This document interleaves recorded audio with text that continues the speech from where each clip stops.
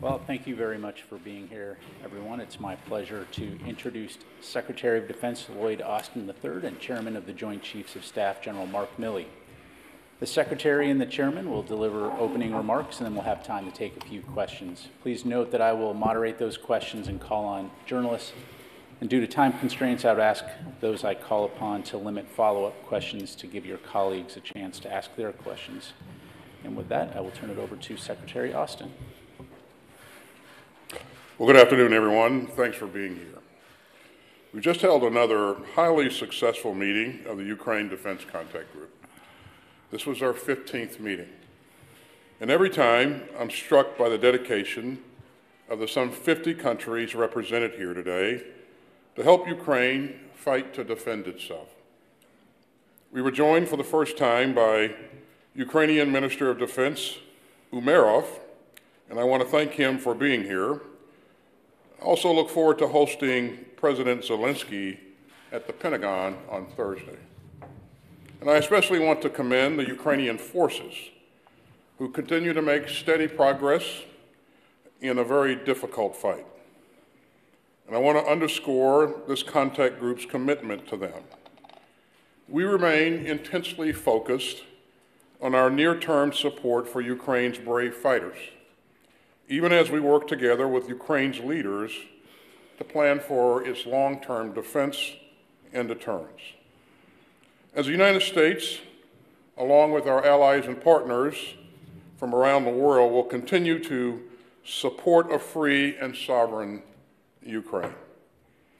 So far, the United States and Ukraine's global partners have provided more than $76 billion in direct security assistance.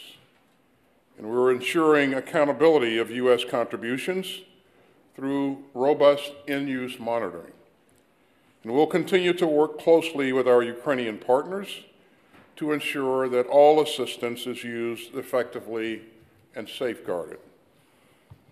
Our assistance has included artillery, armor, air defense, ammunition, and other key pieces of military equipment to help Ukraine mount its counteroffensive to push back dug-in Russian invaders. And I want to underscore the importance of the life-saving air defense systems that we have provided together, systems such as the Patriot, and Hawk, and Iris-T, and NASAMS, and Gepard. These air defense capabilities are protecting Ukraine's forces, its civilians, and its critical infrastructure. Over the past year, the whole world has seen Russia's vicious attacks on Ukraine's energy infrastructure. The Kremlin has tried in vain to use cold and darkness to break the will of the Ukrainian people. But Russia has also brought danger and misery to innocent civilians far beyond Ukraine. First, the Kremlin abandoned the Black Sea Grain Initiative. Then Russia took its assault on global food security to a new low, targeting grain supplies with airstrikes. That has unleashed dangerous ripple effects in other countries and continents uninvolved in Putin's campaign of imperial aggression. So, air defense will continue to be Ukraine's greatest need to protect its skies, its civilians, and its cities, as well as innocent people far away from the battlefield. But throughout this war, ground-based air defense has also been one of Ukraine's biggest success stories. Ukraine is valiantly protecting its critical infrastructure and keeping global grain exports flowing. So at today's meeting, I urged allies and partners to dig deep and donate whatever air defense munitions they can as Ukraine heads into another winter of war. Now, the members of this group remain clear-eyed about what brought us all together at Ramstein again. Putin launched a series of reckless and needless and lawless attacks on his peaceful, sovereign neighbor, Ukraine. And the Kremlin is sending thousands of its own citizens to die in a war of choice that they never asked for. Again, Putin is betting that he can bide his time and wait us out. He is wrong. In Putin's war of aggression, time is not on his side. The world will never accept the idea that the imperial ambitions of bullies and tyrants should outweigh the sovereign rights of UN member states. And that's why some 50 nations of goodwill from around the world have gathered here today to stand up, united for Ukraine's right to defend itself. It's no wonder that Putin has been forced to rely on the likes of Iran and North Korea. Countries around the world continue to stand together to resist Moscow's campaign of conquest. The Kremlin cannot outlast the resolve and the courage of Ukraine and its many partners. And that brings me to another key point that we discussed today, this coalition's long-term support for Ukraine. You've all heard me say before that we will support Ukraine for the long haul. And our fellow contact group members have made clear our long-term commitment to the cause. Back in June, President Biden joined the leaders of the G7 in a joint declaration condemning, and I quote, Russia's illegal, unjustifiable, and unprovoked war of aggression against Ukraine. Those leaders committed to working together with Ukraine on long-term bilateral security commitments and arrangements to help secure its future. Since June, more than 22 countries have signed on to this statement, and they've started working to further deepen their support for Ukraine now and in the years to come. And we're putting this long-term commitment into action today. American M1 tanks will be arriving in Ukraine soon. And that will add another formidable armor capability to join the Leopards that are already on the battlefield. And meanwhile, we are beginning our collective training on Ukraine's future F-16 pilots. And that's even more evidence of our long-term commitment to Ukraine's right to defend itself. And other nations of goodwill have stepped up with their own critical donations for both the near term and the long haul. The Netherlands, Denmark, and Norway have recently announced their intent to donate F-16 fighter aircraft to Ukraine, an important commitment to Ukraine's long-term security. And today we heard from Poland, which since our last meeting has provided Ukraine with additional and much-needed mine-clearing equipment, and more than 100 armored personnel carriers and tens of thousands of munitions. I also want to recognize Sweden, which last month announced its latest military aid package consisting of ammunition and spare parts worth more than $300 million. And yesterday, Germany announced a $420 million package with ammunition and mine-clearing equipment and other critical capabilities. And Denmark recently announced an $833 million package, including ammunition and armored capabilities. So this coalition of like-minded countries continues to move heaven and earth to get Ukraine what it needs right now and over the long haul. We've also ramped up our industrial base to support the demand, and we won't let up. Today, I challenge my fellow ministers to once again look into their stockpiles of 155 millimeter ammunition and key air defense systems and interceptors to ensure that we are all giving everything that we can to prepare Ukraine for the upcoming winter. Meanwhile, our long-term support for Ukraine will continue to evolve through dedicated capability coalitions like the ones that we've started for armor and F-16 training and information technology. And these important coalitions will help Ukraine continue to build up a combat-credible force for the future. And I am mindful that even as we gather here, brave Ukrainian men and women are fighting and dying on the front lines carved by the Russian invaders. Ukraine's troops are showing the moral power of a free people fighting to defend themselves from aggression and autocracy. So I salute Ukraine's brave forces, and we've got their backs. Ukraine's fight is one of the great causes of our time. It's not just a fight for the survival of one embattled democracy.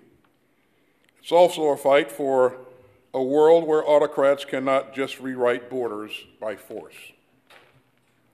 It's a fight to avoid a grim new era of chaos and tyranny. And it's a fight for a world where rules are upheld, and rights are protected, and aggression is punished. Ukraine has a great strategic advantage of a just cause.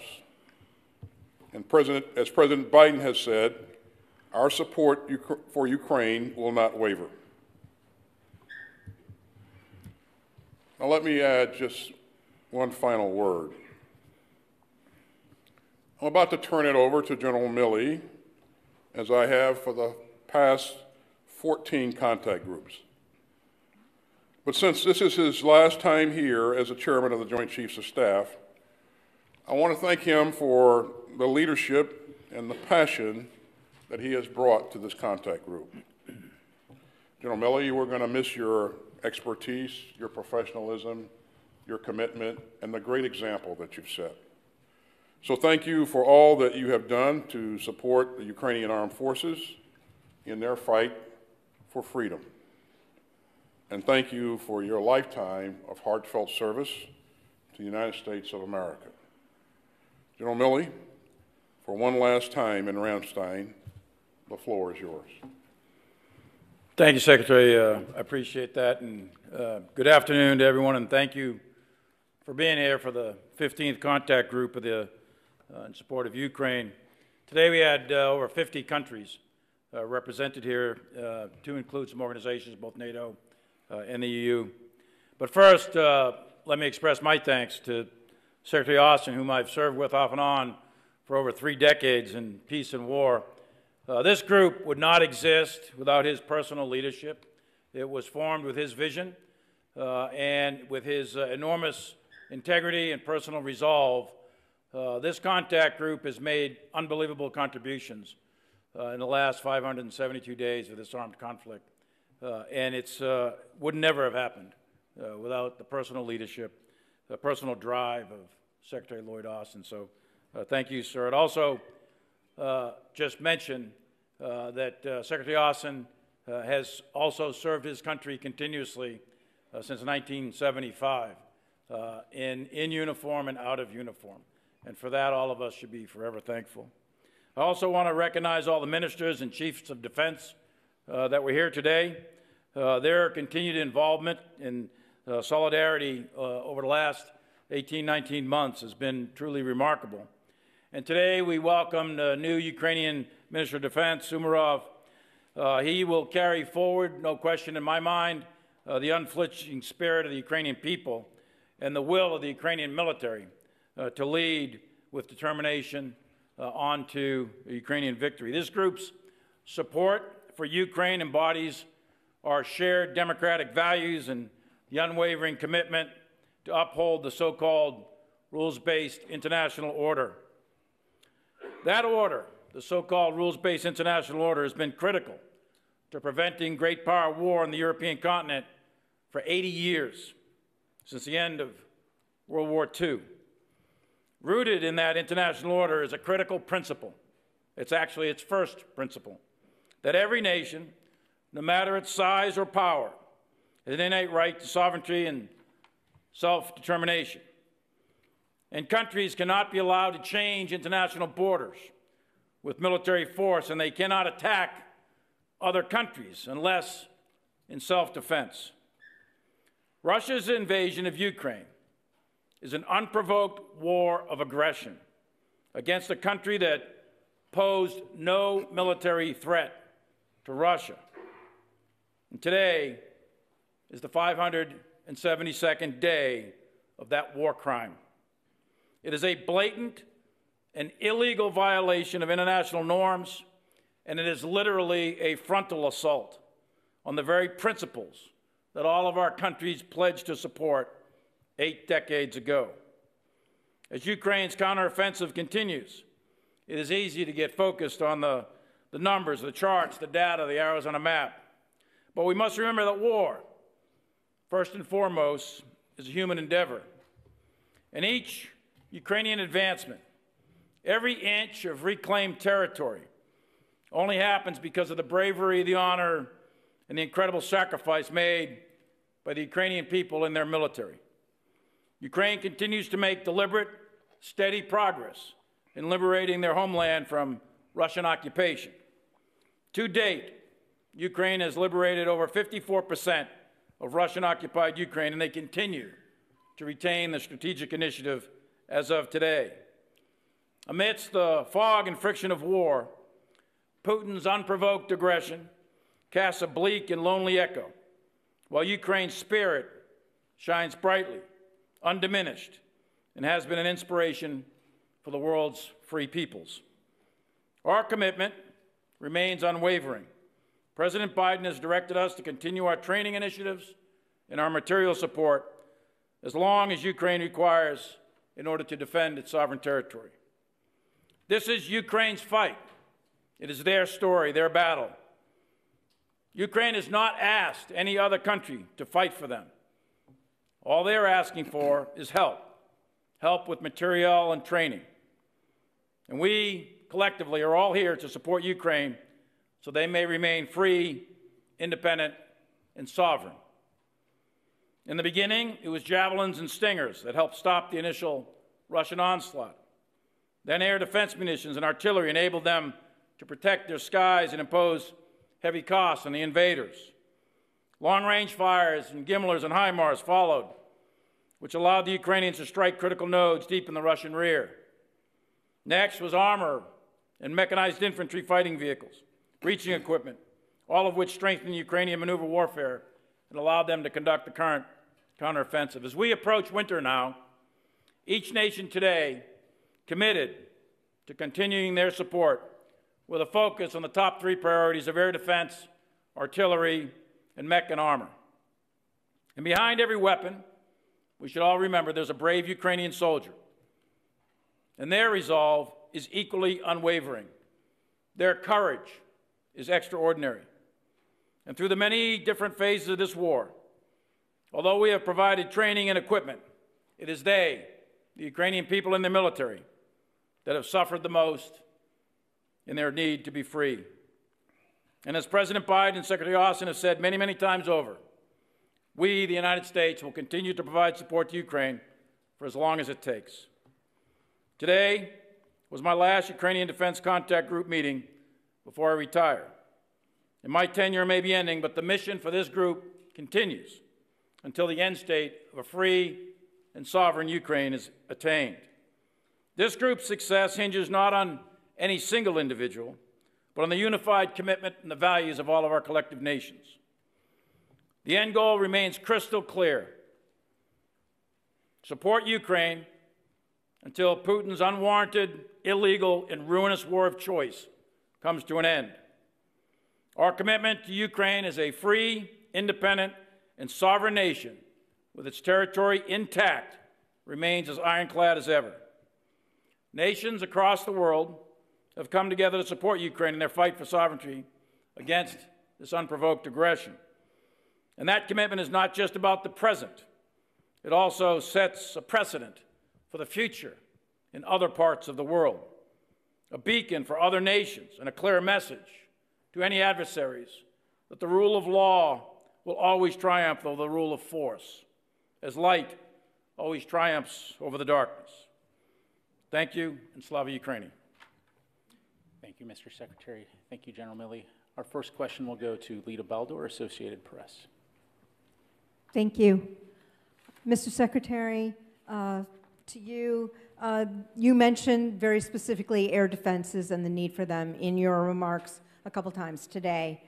But there's also, as you know, been a lot of discussion about longer range missiles and Ukrainian leaders' desire for them.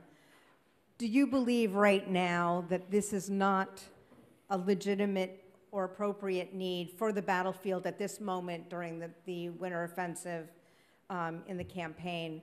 And can you tell us what is perhaps a better alternative? And to you, General Milley, we've heard a lot of people talk about the unlikelihood that Ukraine would regain all of the territory that Russia has taken in this counteroffensive.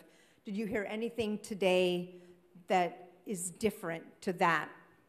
And can you say what you think it will take, what advances Ukraine needs to make during this winter offensive in order to force Russia to the bargaining table?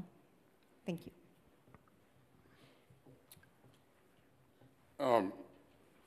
Thanks, Lita. In terms of whether or not that request is a legitimate request, I won't endeavor to evaluate Ukraine's request. If they requested it, they believe that they need it. What we have been focused on and what we remain focused on is what Ukraine's most urgent needs are.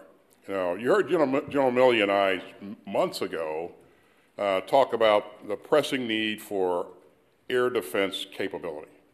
And while Russia had, at that point, not started doing what you've seen them do over the last several months, we knew that this was possibly coming.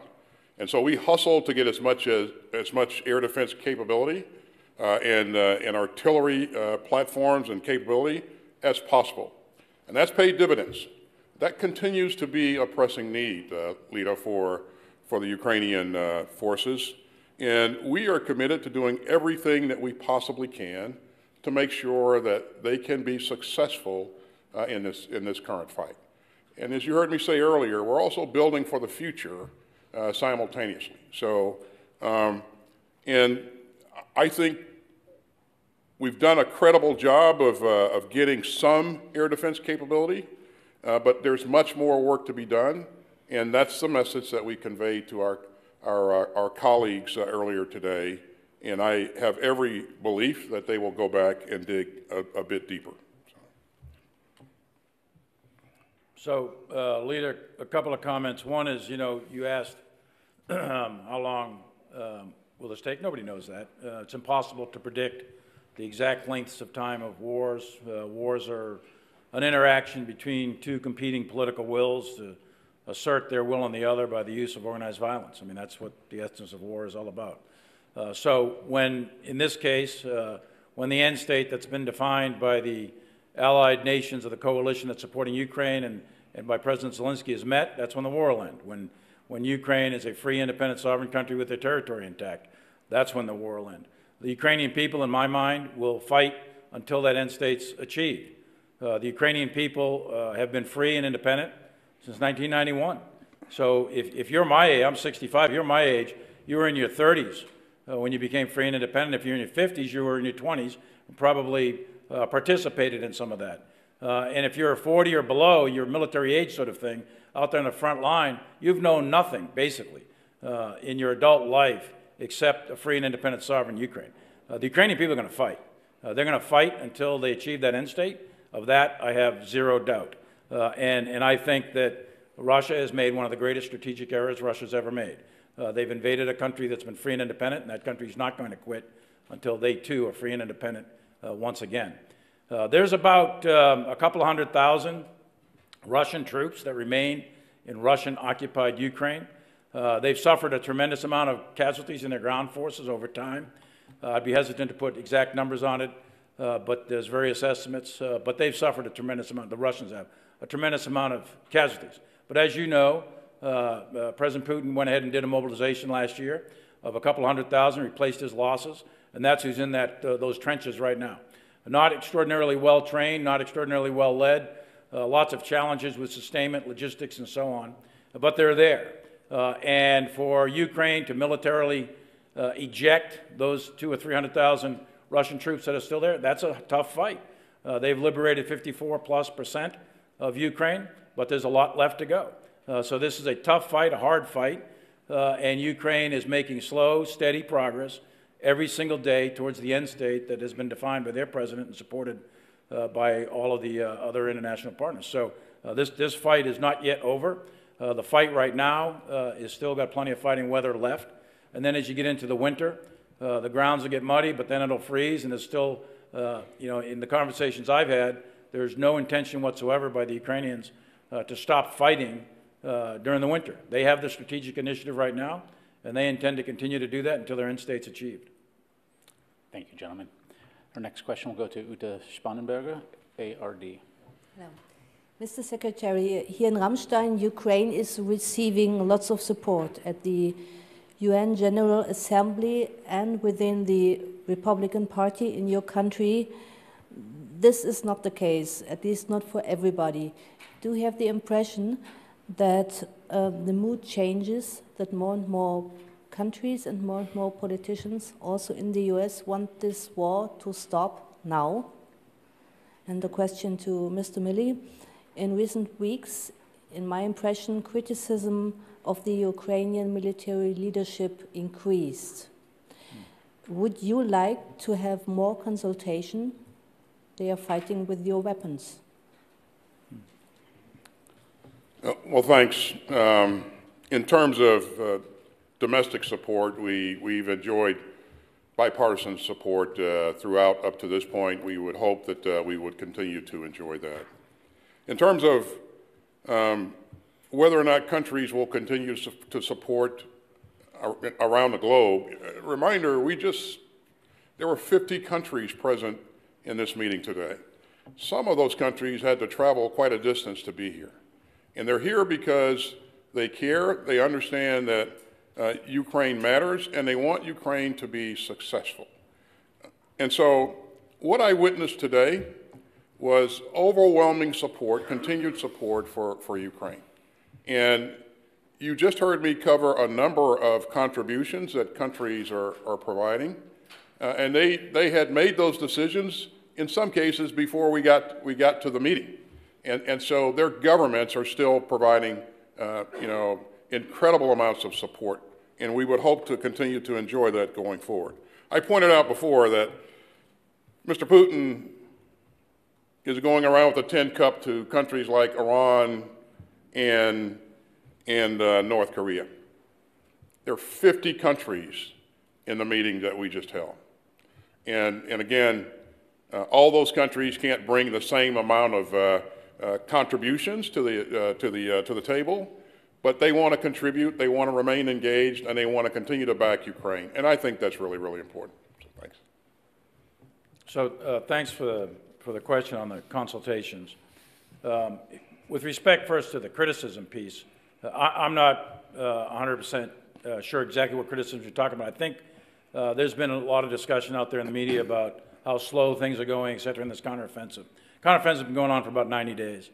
And it is taking longer than planners in the war games, et cetera, the Ukrainian planners in the war games anticipated. But that's the difference between war on paper and real war. There are real human beings in real vehicles moving across real minefields, getting blown up, killed, wounded, et cetera. When that happens, and Secretary is a veteran of combat, I'm a veteran of combat, many people in this room are veteran of combat, things tend to slow down on both sides. So it's not particularly surprising that this offensive, the Ukrainian offensive, is going a little bit slower than previously anticipated. Having said that, it has made continuous, steady progress. This is a defensive series of belts that the Russians have put in with complex obstacles, minefields, dragon's teeth, barbed wire, strong points, and so on and so forth. It's a defense in depth. And generally speaking, the Ukrainians have penetrated several layers of this defense. It is not 100% penetrated yet, but they've penetrated several of the layers. And they're going very slow, preserving their combat power, and very deliberately through this defensive belt that stretches the entire length and breadth of Russian-occupied Ukraine. So for the critics that are out there, I would say that there's plenty of fighting weather left, there's plenty of combat power remaining, and the Ukrainians have absolutely no intent to stop. They're going to go until the end state is achieved. With the consultations, I regularly speak to General Zaluzny 1 to 2 times a week.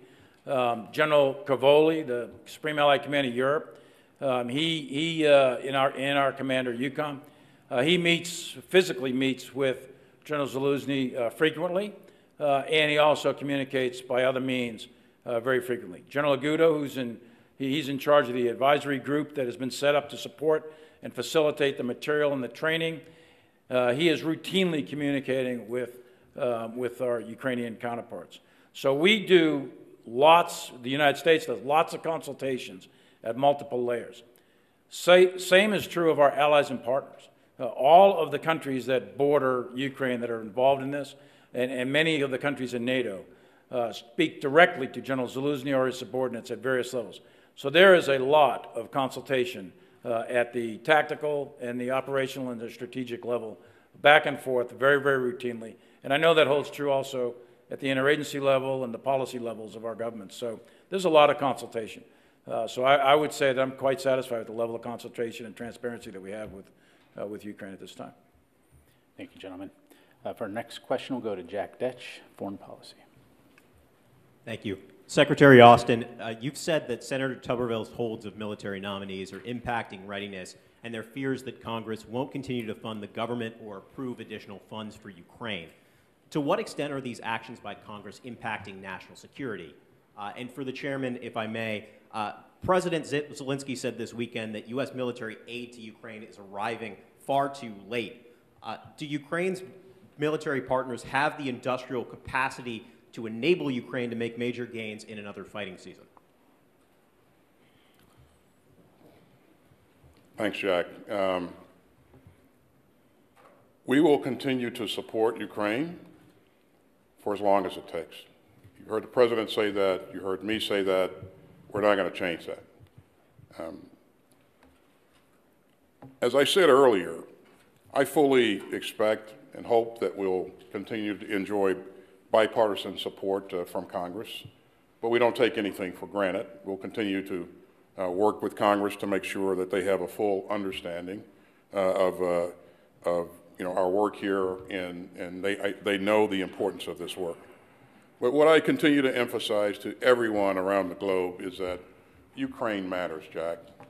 It matters not just to Ukraine, it matters to the world. This is about the rules-based international order.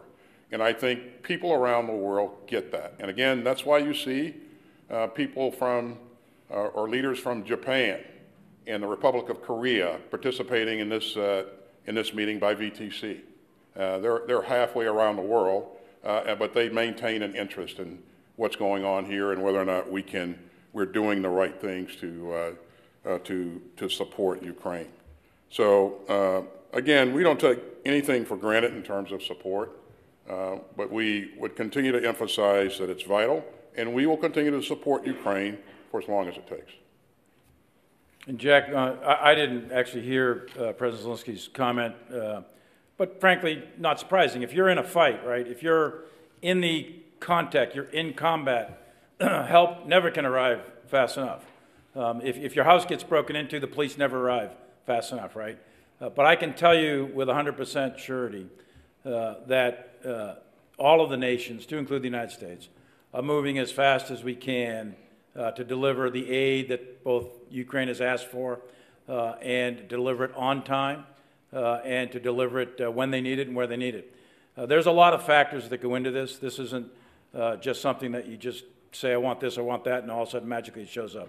There's a lot of mechanical issues in terms of assembly, transportation, movement, bring it into transition points, getting across the border, getting into Ukrainian hands, getting it all the way to the frontline trace. So issues of it not arriving on time, frankly, if you're in the fight, if you're President Zelensky, if you're General Zaluzny, that's a perfectly rational and appropriate response, and I'm not surprised at it.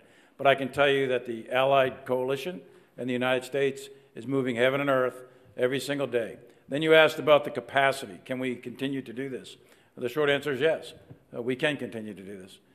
And the United States and its allied countries are rich, powerful, with significant resources, military resources, that are capable of sustaining this fight. in President Biden's words, as long as it takes.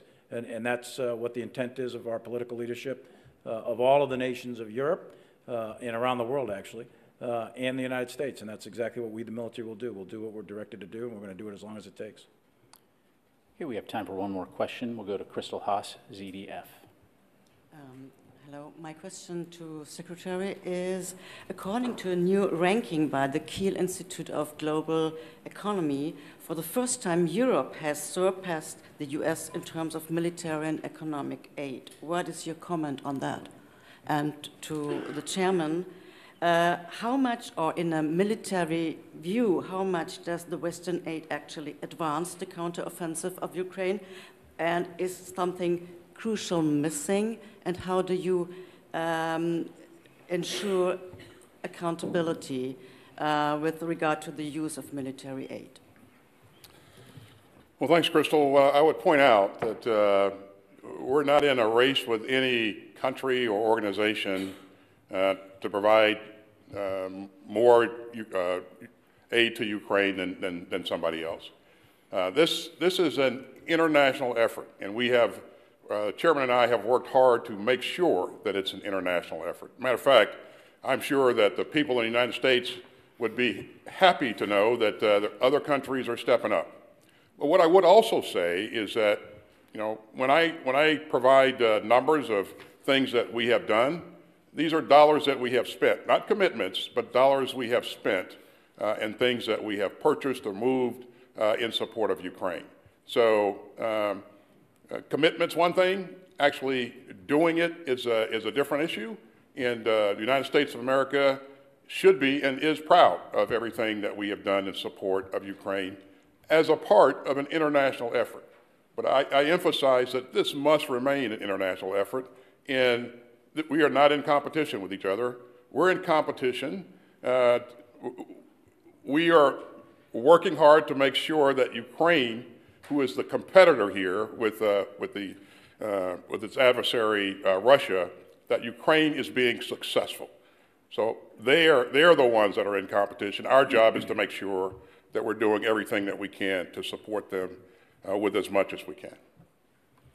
So you asked about how are the weapons, material, et cetera, contributing to the fight. I would tell you that I think Ukraine would fight no matter what, but I don't think that they would have, and they have had at least partial success to date in this counteroffensive. They couldn't have done that without the support of the West. Let's just go down a couple of things here. One is intelligence. The West has provided a tremendous amount of real-time intelligence. The Ukrainians are picking targets. They make all the decisions, but it's enabled by intelligence that's being supported and the intelligence of the Ukrainian people that's being supported on a day-to-day basis. What they're doing is an offensive operation, which is extraordinarily difficult. And to do that, you have to have fires and maneuver. So in terms of fires, artillery, for example, literally several millions of rounds of artillery, various types of artillery, 155, 105, 152, et cetera, have been provided to Ukraine. And they could not be executing the operation that they're doing without those munitions. They just couldn't do it. Then in terms of their vehicles, armored and mechanized vehicles, there's several thousands of armored and mech vehicles from many different countries that have made a contribution, and those are directly impacting the current fight. If you go to air defense weapons, those frontline units are under attack from Russian attack helicopters and fixed-wing aircraft and unmanned aerial vehicles. They're being protected by weapons that have been provided by the West for those units. And then finally, training. The winter was spent working with Ukrainian units that were brought to various countries. Germany is one of those, but there were other countries as well. And all of that training has proved effective. And breaching and smoke and engineering equipment, et cetera, all of that together has enabled the success that they've achieved so far. They wouldn't be able to do what they're doing right now unless all of that happened. In terms of accountability, we have a variety of means of accountability of various systems. It's not perfect because we don't have people with their units, right? So we're not going to be able to see, with a surety. We're not counting up every gun and weapon that's out there and munition. But there's a variety of ways through reporting, through Ukrainian reporting system, and we do have liaison officers in Kyiv with their Ministry of Defense So we are confident that we have reasonably decent accountability of the weapons and support that we, the United States, and the other countries have provided to Ukraine. The real proof of accountability is the destruction of the Russian military. If you really want the accountability, it's on the battlefield. And the accountability of those munitions is showing up in the Russian ground forces or air forces that have been killed or wounded since the beginning of this war. Secretary Austin, General Milley, thank you very much, gentlemen. Ladies and gentlemen, this concludes our press briefing. Thank you very much for joining us today.